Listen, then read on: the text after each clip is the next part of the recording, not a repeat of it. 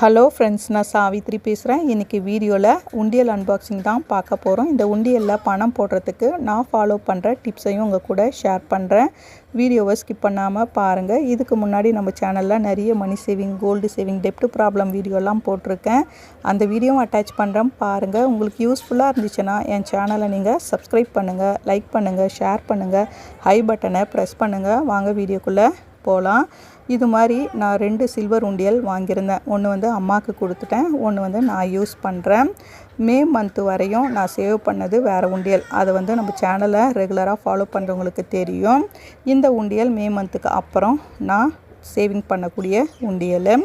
இந்த 3 மந்த்தாக நான் இந்த உண்டியலில் தான் பணம் போட்டுக்கிட்டு வரேன். நான் என்னென்ன டிப்ஸ் எல்லாம் ஃபாலோ பண்ணுவேன் அப்படின்றத உங்கள் கூட ஷேர் பண்ணுறேன். ஹோம் மேக்கராக இருக்கவங்க நம்ம வந்து எந்தெந்த செலவுக்கெல்லாம் பணம் வேணுமோ அந்த பணத்தை வந்து நம்ம அக்கௌண்ட்டில் வாங்காமல் கேஷாக வாங்க பழகுங்க.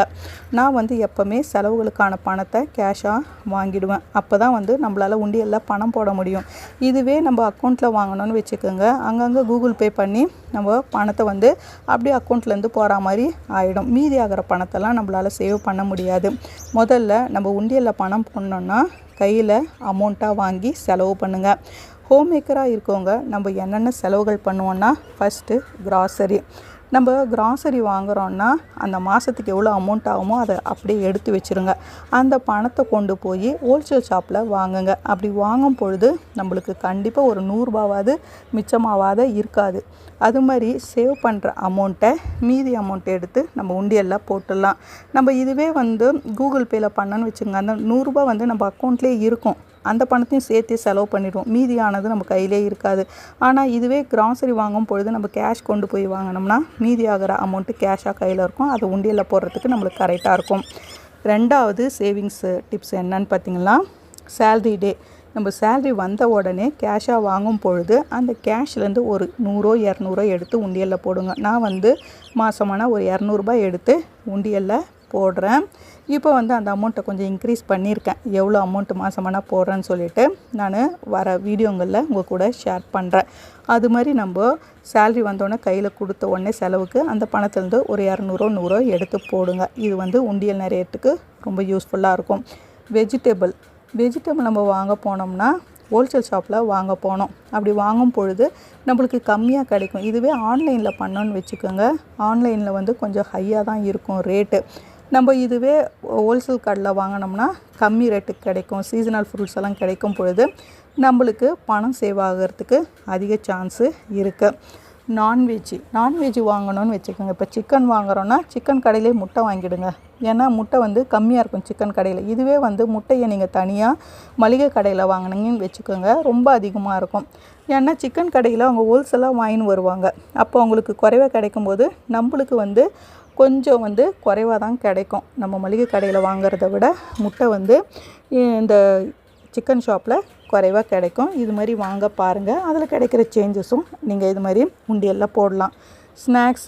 ஸ்நாக்ஸு வந்து வார சந்தை இருந்துச்சுன்னா அங்கே வாங்குங்க. இல்லையா, பெரிய மார்க்கெட்டு போய் அங்கே ஹோல்சேல் கடையில் வாங்கினீங்கன்னு வச்சுக்கோங்க, நம்மளுக்கு ஃப்ரெஷ்ஷாக கிடைக்கும். ஸ்நாக்ஸ் எல்லாம் நம்மளுக்கு அந்த பழைய ஸ்நாக்ஸ் கிடைக்காது. ஏன்னா பெரிய மார்க்கெட்லன்னா இது வந்து நம்மளுக்கு அந்த திங்ஸு மூவ் ஆகிக்கிட்டே இருக்கும். பழைய திங்ஸே இருக்காது, காலி ஆகிக்கிட்டே இருக்கும், போட்டுக்கிட்டே இருப்பாங்க. இதுவே வந்து ஒரு சின்ன கடையில் வாங்கினோம்னா அது வந்து மாத கணக்கில் இருக்கும், பழைய ஸ்நாக்ஸ் கிடைக்கிறதுக்கு சான்ஸ் இருக்குது.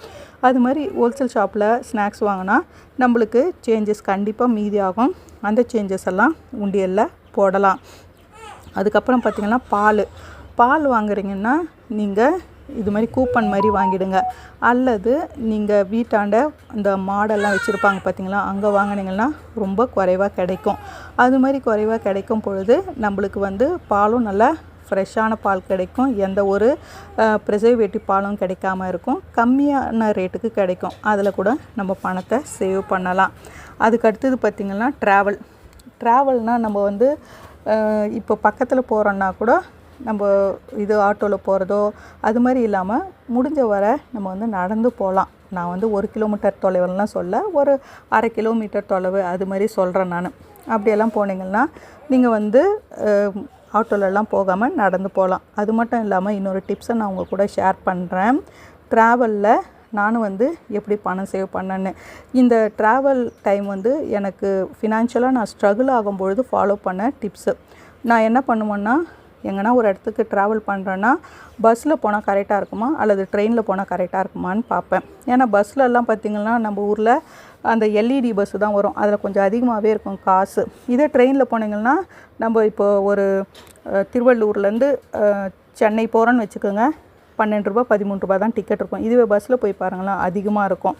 அது மாதிரி பார்க்கலாம். அல்லது வந்து நம்ம இப்போ ட்ரெயினில் போகிறோம், நடுவில் இருக்குது பஸ் ஸ்டாண்டு வந்து நடுவில் இருக்குன்னா நம்ம வந்து ட்ரெயினில் போய் அங்கேருந்து நடந்து போக முடியுமா பாருங்கள். ஏன்னா பஸ்ஸில் போனால் அதிகமாகும். இதே ஷேர் ஆட்டோவில் போனால் கூட ஒருத்தருக்கு 15-20 ரூபா வாங்குறாங்க. இதுவே ட்ரெயினில் போனால் 5 ரூபா டிக்கெட் கூட இருக்குது. அது மாதிரி பார்த்து நீங்கள் போகும்பொழுது ட்ராவலில் நம்மளால் அதிகமாக பணத்தை சேவ் பண்ண முடியும். இன்னொன்று பார்த்திங்கன்னா ஸ்டேஷ்னரி ஐட்டம்ஸு, நம்ம குழந்தைங்களுக்கு ஸ்கூலில் ஸ்டேஷ்னரி திங்ஸ் எல்லாம் வாங்குறதுக்கு நிறைய நம்மளுக்கு இப்போது ஸ்டார்ட் ஆகிருக்கும். இப்போ வந்து நம்மளுக்கு ஸ்கூல் ஸ்டார்ட் ஆனதுனால அது மாதிரி பொருளெல்லாம் நீங்கள் ஹோல்சேல் ஷாப்பில் வாங்கிடுங்க. அது மாதிரி வாங்கும் பொழுது நம்மளுக்கு வந்து ஒரு பாக்ஸு பென்சில் வாங்கினா அதில் வந்து ஒரு ஷார்ப்னரும் ஃப்ரீயாக கிடைக்கும், ஒரு ரப்பரும் ஃப்ரீயாக கிடைக்கும். நம்ம வந்து ஷார்ப்னரும் ரப்பரும் தனியாக வாங்க வேண்டிய அவசியம் இருக்காது. அதுக்கான பணம் நம்மளுக்கு வந்து சேவ் ஆகும். இது மாதிரி வந்து நம்ம பார்த்து ஒவ்வொரு பொருளையும் வாங்கும் பொழுது நம்மளால் பணம் சேவ் பண்ண முடியும். அடுத்தது பார்த்திங்கன்னா ஃபெஸ்டிவல் டைமில் ட்ரெஸ் எடுக்கிறது. நீங்கள் ட்ரெஸ் எடுக்கிறீங்கன்னா ரொம்ப காஸ்ட்லியான ட்ரெஸ்ஸை எடுக்காதீங்க. 2000 ரூபா 3000 ரூபா அப்படி எடுக்கிறீங்கன்னா அதை வச்சு போடுற மாதிரி எடுங்க. ரொம்ப வந்து அந்த ஃபிட்டிங்காக எடுக்காதீங்க. கொஞ்சம் லூஸாக எடுத்திங்கன்னா ஒரு 2 வருஷம் போடுற மாதிரி இருக்கும். இந்த டிப்ஸையும் நீங்கள் ஃபாலோ பண்ணி பாருங்கள். அடிக்கடி ட்ரெஸ்ஸு வாங்காதீங்க. இப்போல்லாம் பார்த்திங்கன்னா ஆன்லைனில் நம்மளுக்கு வந்து ட்ரெஸ்ஸு 100 ரூபாய்க்கு 200 ரூபாய்க்கெல்லாம் வந்துடுதா. அது மாதிரி வரும் பொழுது நம்மளுக்கு வந்து 100 ரூபா தானே 200 ரூபா தானேன்னு வந்து நம்ம 2-3 ஆர்டர் போட்டுடுறோம். அப்படியே போட்டு நம்ம ஒரு 1000 ரூபா கணக்கில் மாதம் கணக்கில் வாங்கிடுறோம் ட்ரெஸ்ஸு. அது மாதிரி வாங்காதீங்க. ஃபெஸ்டிவல் வருதா அல்லது பர்த்டே வருதா அது மாதிரி டைமில் வாங்குங்க. வீட்டுக்கு போகிற ட்ரெஸ்ஸை ஒரு பல்காக வாங்கிக்கோங்க. இப்போ நம்ம வெளியில் போகிறோம் 6 மாதத்துக்கு போடுற மாதிரி கொஞ்சம் ட்ரெஸ் வாங்கிக்கோங்க. அதெல்லாம் சின்னதாகி நல்லா ஃபேட் ஆகிடுச்சுன்னா அதுக்கு அடுத்தது 6 மாதத்துக்கு ட்ரெஸ் வாங்குங்க. அப்படி வாங்கினா நம்மளுக்கு வந்து துணியில் வந்து அதிகமாக பணம் ஸ்பெண்ட் பண்ண மாட்டோம். நம்மளுக்கு வந்து கரெக்டாக இருக்கும். 6 மாதத்துக்கு ஒரு தடவை ட்ரெஸ்ஸு வாங்கி நம்ம போடுவோம். வீட்டில் வந்து வீணாக வந்து ட்ரெஸ்ஸு சேராது. இந்த டிப்ஸ் எல்லாம் நீங்கள் ஃபாலோ பண்ணி பாருங்கள். இதெல்லாம் வந்து நீங்கள் ஃபாலோ பண்ணிங்கன்னா கண்டிப்பாக உங்கள் உண்டியல் நிறையும். நான் வந்து இந்த டிப்ஸ் எல்லாம் ஃபாலோ பண்ணி இந்த 3 மாதத்தில் நான் சேவ் பண்ண அமௌண்ட்டு இது. அது மட்டும் இல்லாமல் இப்போ பர்த்டே ஃபங்க்ஷன்லாம் கிடச்சிதுன்னா அந்த கேஷையும் அதில் போட்டு வைக்கலாம். இந்த உண்டியலில் எவ்வளோ பணம் இருக்குதுன்னு சொல்லி நான் காட்டுறேன் பாருங்கள். 1 ரூபா வந்து 31 ரூபா இருந்துச்சு. 2 ரூபா வந்து 48, 2 ரூபா இருந்துச்சு 96 ரூபா. 5 ரூபா ஒரே ஒரு 5 ரூபா தான் போட்டு வச்சுருந்தேன், அதான் 5 ரூபா போட்டிருக்கேன். 10 ரூபா ஒரே ஒரு 10 ரூபா போட்டாச்சு. அதுக்கப்புறம் பார்த்திங்கன்னா 20 ரூபா ஒரே ஒரு நோட்டு தான் 20 ரூபா இருந்துச்சு, 20 ரூபா போட்டிருக்கேன். அடுத்தது நம்ம வந்து 100 ரூபா 200 ரூபா போட்டிருக்கோம். 500 ரூபா போட முடியல, அதனால் 50 ரூபா வந்து 3 நோட்டு இருந்துச்சு, 150 ரூபா. 2 வந்து புது நோட்டு, 1 பழைய நோட்டு இருந்துச்சு. 100 ரூபா நான் வந்து எத்தனை போட்டு வச்சுருந்தேன்னா 6 போட்டு வச்சுருந்தேன். அதுவே 600 ரூபா வந்துடுச்சு. இதுமாரி 600 ரூபா 100 ரூபாலாம் வந்து எப்படி போட்டேன்னா, இந்த பர்த்டே இது மாதிரி வந்து டைமில் அம்மா வேறு இப்போது என்னுடைய டெலிவரிக்கெல்லாம் வந்தப்போ கொடுத்த பணம் தான் இது. 200 ரூபா 2 நோட்டு 400 ரூபா. ஆக மொத்தம் பார்த்திங்கன்னா இதெல்லாம் ஆட் பண்ணால் நான் அந்த 3 மாதம் வரையும் சேவ் பண்ண அமௌண்ட்டு 1312 ரூபா நான் சேவ் பண்ணியிருக்கேன். 500 ரூபா ஒரு நோட்டு போட்டு வச்சுருந்தேன். அது கொஞ்சம் மந்த் எண்டில் கொஞ்சம் கஷ்டமாக இருந்துச்சு, அந்த 500 ரூபா எடுத்து செலவு பண்ணிட்டேன். இதுதான் வந்து இந்த 3 மாதத்தில் சேர்த்த அமௌண்ட்டு. நீங்களும் இந்த டிப்ஸை ஃபாலோ பண்ணி பாருங்கள். இந்த வீடியோ யூஸ்ஃபுல்லாக இருந்துச்சுன்னா சப்ஸ்கிரைப் பண்ணுங்கள், லைக் பண்ணுங்கள், ஷேர் பண்ணுங்கள், ஹை பட்டனை